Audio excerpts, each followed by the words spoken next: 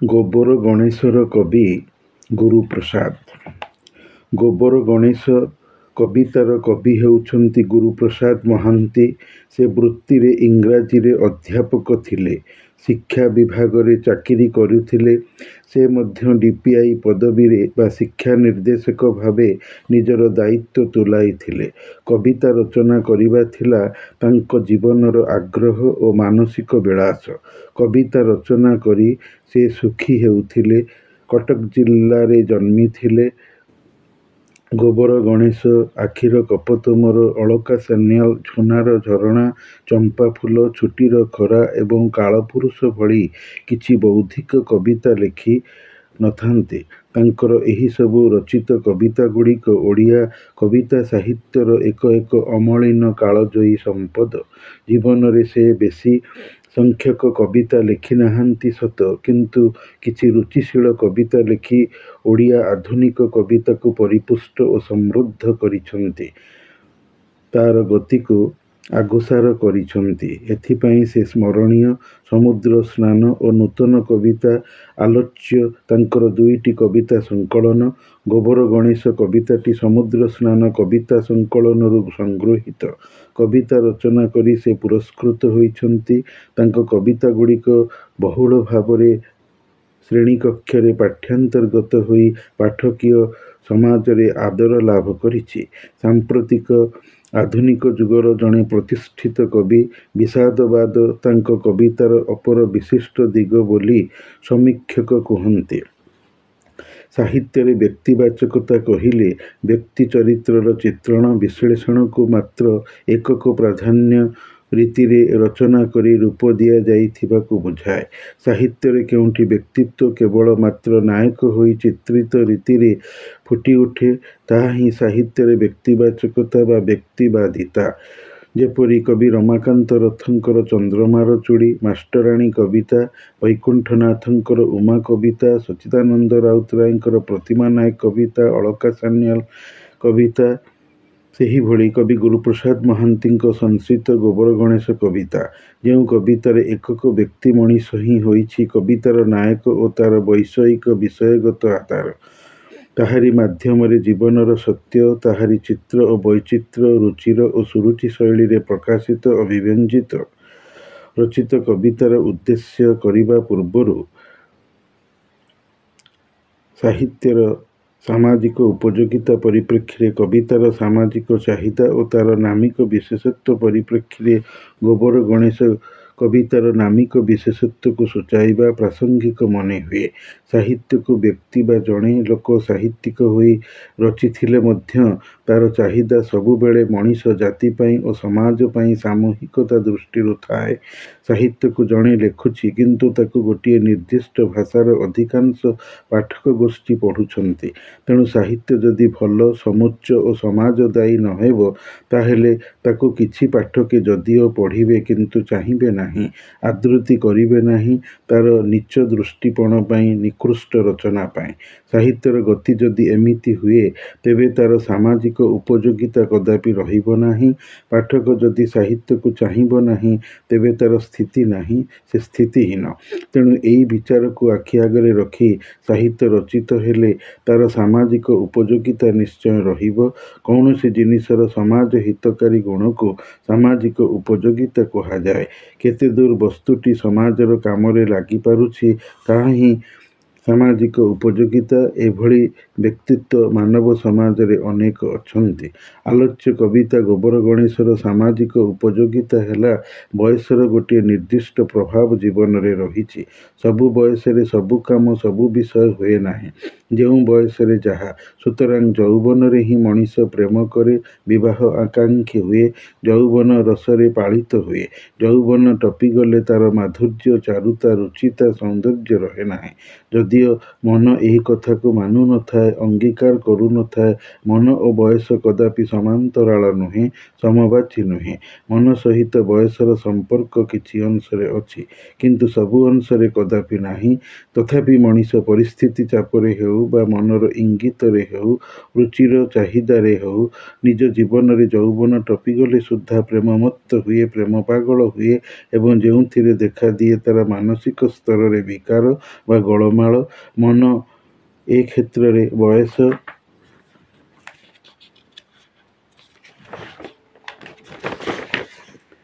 ସହିତ ଜମା ସାଲିସ କରିପାରେ ନାହିଁ। ଯୌବନରେ ଏଇ ମଧୁର ଅବସ୍ଥାକୁ ଲକ୍ଷ୍ୟ କରି ଓଡ଼ିଆ ସାହିତ୍ୟର ସବୁଜ ଯୁଗର ଅନ୍ୟତମ ପ୍ରତିଷ୍ଠିତ କବି ଅନ୍ନଦା ଶଙ୍କର ରାୟ କହିଛନ୍ତି, ଆହା ଯୌବନ ଥରେ ଗଲେ ଆଉ ଆସେନା, ବୃଥା ବିଧୁର ପରାଣ ପୁରେ ଝୁରେ ବାସନା। ଏହି ଯୌବନ ବିତିଗଲା ପରେ ମଣିଷ ଜୀବନରେ ଯେଉଁ ପ୍ରେମ, ଯୌନ ଭୋଗର କାମନା ମାନସିକ ବିକୃତିର ରୀତିରେ ଜୀବନରେ ପରିଦୃଶ୍ୟମାନ ହୋଇଛି, ତାହାରି ପୃଷ୍ଠଭୂମି ଉପରେ ରଚିତ ହୋଇଛି ଗୋବର ଗଣେଶ କବିତା। କବିତାର ନାମ କବିଙ୍କର ବୁଦ୍ଧିଦୀପ୍ତ ମାନସିକତାରୁ ସମ୍ପନ୍ନ ହୋଇଛି।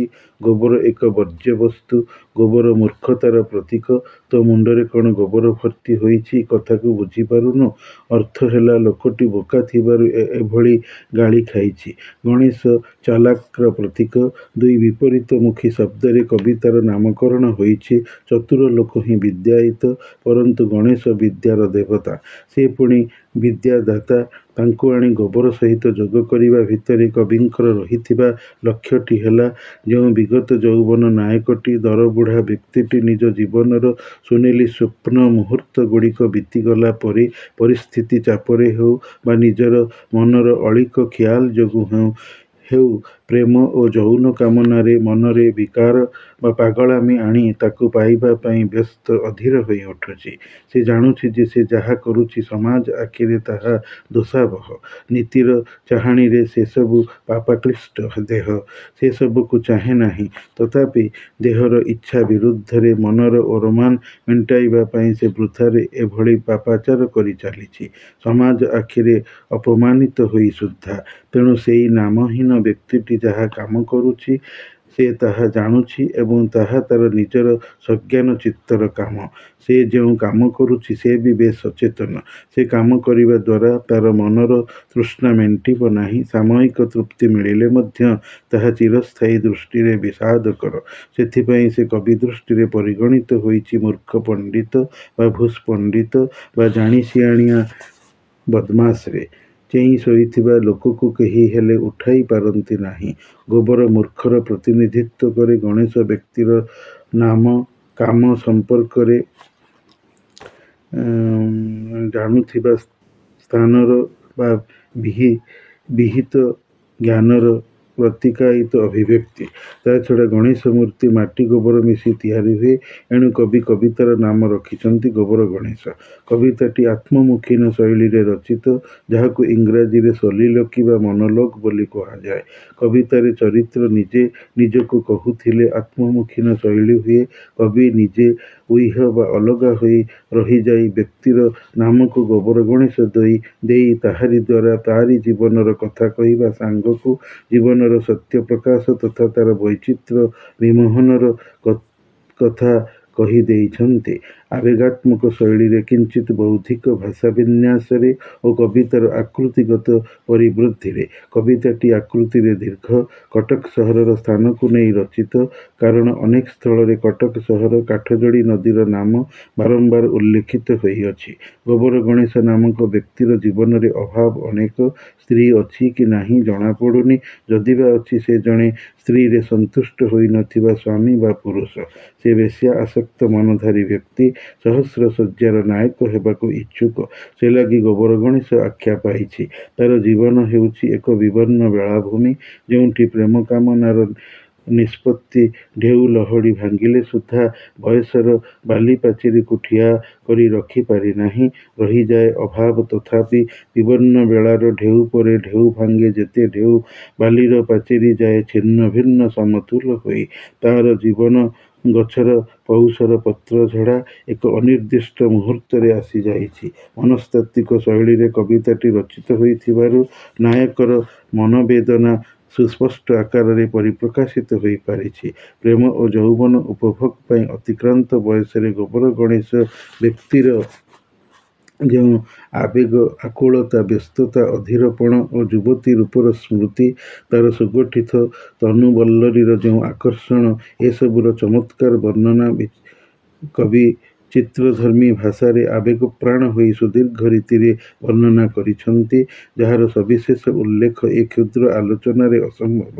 ଗୋବର ଗଣେଶ ବ୍ୟକ୍ତିଟି ନିଃସଙ୍ଗ, ଏକାକୀ, ଯେଉଁଥିପାଇଁ କବି କହିଛନ୍ତି, ପତ୍ର ସବୁ ଝଡ଼ି ଝଡ଼ିଯାଏ ନିଛାଟିଆ ଏ ଗଳିରେ, ସାଉଁଟି ସାଉଁଟି ଧୂଳି ମନରେ, ଦେହ ଖୋଜିଥାଏ, ଦେହ ମୋର ପ୍ରାଣ ଖୋଜିଯାଏ। ଏଥିରୁ ଜଣାଯାଏ ଗୋବର ଗଣେଶ ନାମକ ବ୍ୟକ୍ତିଟିର ସ୍ତ୍ରୀ ମରିଯାଇଛି। ସେ ସମ୍ଭବତଃ ଜଣେ ବିପତ୍ନୀକ ପୁରୁଷ, ଅଥବା ତାକୁ ସ୍ତ୍ରୀ ଛାଡ଼ି କେଉଁଆଡ଼େ ଚାଲିଯାଇଛି।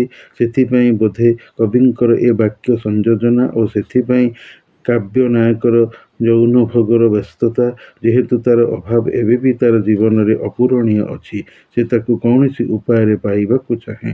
କାବ୍ୟ ନାୟକଟି ଅତିକ୍ରାନ୍ତ ବୟସରେ ଯେଉଁ ଯୌନ ଆକୁଳତା ପ୍ରକାଶ କରିଛି, ତାର ଏହି କାର୍ଯ୍ୟଟି ସମାଜ ନୀତି ଆଦର୍ଶ ଦ୍ୱାରା, ବିବେକର ଦଂଶନ ଦ୍ୱାରା ଯେ ଗ୍ରହଣୀୟ ହେବ ନାହିଁ, ସେ ତାହା ଜାଣୁଛି ଏବଂ ଜାଣୁଛି ଯେ ଏହା ହେଉଛି ତା ମନର ଏକ ବିକୃତି। ତାର ପରକୀୟା ନାୟିକାକୁ, ରାସସଙ୍ଗିନୀକୁ ଧର୍ମର ଦ୍ୱାହି ଦେଇ, ଡରାଣ ଦେଇ କହୁଛି, ଜାଣିଛଟି କୁମ୍ଭୀପାକ ନରକରେ ଅସତୀର ଦଶା, ଜାଣିଛଟି ପରିଣାମ ରତ ହେଲେ ପରପୁରୁଷରେ। ଏଠୁ ବ୍ୟକ୍ତି ଯେ ତାର କାର୍ଯ୍ୟ ପ୍ରତି ସଚେତନ, ତାହା ଜଣାଯାଏ। ପ୍ରେମିକ ମଣିଷ ଦୁହିଁଙ୍କର ପ୍ରେମଜନିତ ଯେଉଁସବୁ କାର୍ଯ୍ୟାବଳୀ, ଯଥା ଏକାଠି ସିନେମା ଯିବା, ସାଙ୍ଗ ହୋଇ ବୁଲିବା, ହୋଟେଲରେ ଖାଇବା, ମିଳିତ ରୀତିରେ ଶୋଇବା ଓ ପାରସ୍ପରିକ ଯୌନ ମନୋଭାବ ଆଣିବା ପାଇଁ ପୋଷାକ ଓ କାର୍ଯ୍ୟକଳାପ, ସେ ସବୁର ବିସ୍ତୃତ ଚିତ୍ର କବିତାରେ ରହିଛି। ଆଜି ପୁଣି ମୋତେ ଲାଜ ମାଡ଼େ, ଆଜି ପୁଣି ଚମକି ମୁଁ ଥକ୍କା ହୋଇ ଚାହେଁ ଝରକାରେ, ମୁଠାଏ ଦେବାକୁ ଚାପି, ଏ ଗଳି, ଏହି ଛକ, ଏହି ଶାଢ଼ୀ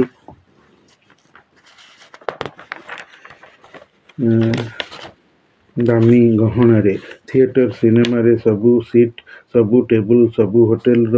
ଆଜି ପୁଣି ମୋତେ ଲାଜ ମାଡ଼େ, ଆଜି ପୁଣି ଆକ୍ରାନ୍ତ ମୁଁ ଚେଷ୍ଟା କରେ ହେବାକୁ ଚିକ୍କଣ, ରୁମାଲରେ ମୁହଁ ପୋଛେ, ପଞ୍ଜାବିରେ ଲଗାଏ ଅତର, ଆଗରେ ଆଇନା ରଖି ମୁଲାୟମ ହସିବାକୁ ଶିଖେ। ପ୍ରେମ ଓ ଯୌନ ଆଚରଣ ସମ୍ପର୍କରେ ଗୋବର ଗଣେଶ ବ୍ୟକ୍ତିଟିର ଜ୍ଞାନ ଦେଖି, ଶୁଣି, ପଢ଼ି, ସିନେମା, ନାଟକ, ଉପନ୍ୟାସ, ଛବିରୁ ନାୟିକାକୁ ଦର୍ଶନ କରି ସେ ଜାଣିଛି ଯେ ସେ ସମ୍ପର୍କରେ ମଧ୍ୟ କବି ସୂଚାଇଛନ୍ତି।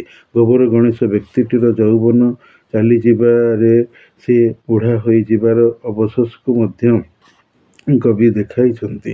ତା ଗାଲରେ ପାଚିଲା ଦାଢ଼ି ଉଠିବା, ଚମଡ଼ା ତଳକୁ ଝୁଲି ପଡ଼ିବା, ସେଥିରେ ଗାର ପଡ଼ିଯିବା, ଏସବୁ ବିଷୟରେ ମଧ୍ୟ ଏକ ଶାରୀରିକ ରୂପ ବର୍ଣ୍ଣନା ରହିଛି। ନାୟିକାର ରୂପ ବର୍ଣ୍ଣନା ଅଛି। କବିତାର ବୌଦ୍ଧିକ ଦିଗ ଗୋଟିଏ ଜାଗାରେ ବେଶୀ ସ୍ପଷ୍ଟ ହୋଇ ଉଠେ। ସେଥିରୁ ଜଣାଯାଏ କି ଗୋବର ଗଣେଶ ବ୍ୟକ୍ତିଟି ଆଉ ଯୁବକ ହୋଇ ଯୌବନରେ ମାଦକତାରେ ନାହିଁ। ସେ ଜଣେ ବିଗତ ଯୌବନଧାରୀ ବ୍ୟକ୍ତି।